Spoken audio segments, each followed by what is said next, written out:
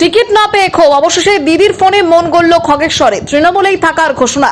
রাজগঞ্জের চারবারের বিধায়ক খগেশ্বর রায়কে ঘিরে জল্পনা অবশেষে স্থিমিত।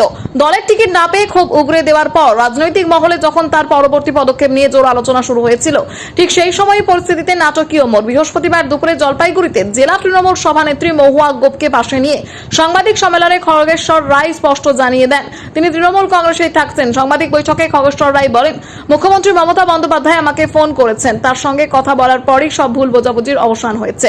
উনি যখন ফোন করেন আমার চেতনাবোধ ফুরে গেল, যে আবেগতাড়িতভাবে যেটা আমি বলেছি সেটা আবেগতাড়িতভাবে আমি বলেছি, আমি আপনার দলেই করব, অন্য দলে যাব না, আপনি যা দায়িত্ব দেবেন সেই দায়িত্ব আমি পালন করব।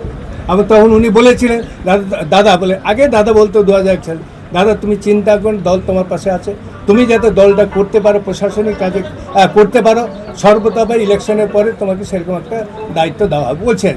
তাই আমি যেটা ভাবি যে আজকে নেত্রীর মতো এরকম নেত্রী আমরা কোথাও খুঁজে পাবো না, সেটা আবেগতাড়িত যে কোনোভাবে হোক না কেন সেটা হয়েছে।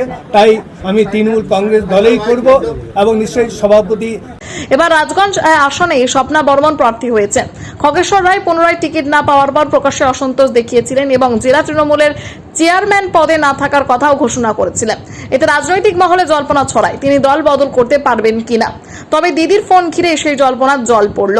দলীয় সূত্রে খবর, নির্বাচনের আগে সংগঠনের ভেতরে ক্ষোভ প্রশমনের শীর্ষ নেতৃত্ব সক্রিয় রয়েছে এবং অভিজ্ঞ নেতা হিসেবে খগেশ্বর রায়কে দলে রাখা তৃণমূলের কাছে গুরুত্বপূর্ণ বলে মনে করা হচ্ছে। অন্যদিকে খগেশ্বর রায়ের এই অবস্থান বদল রাজগঞ্জের রাজনৈতিক সমীকরণেও বড় প্রভাব ফেলতে পারে বলে মনে করছেন রাজনৈতিক বিশ্লেষকেরা।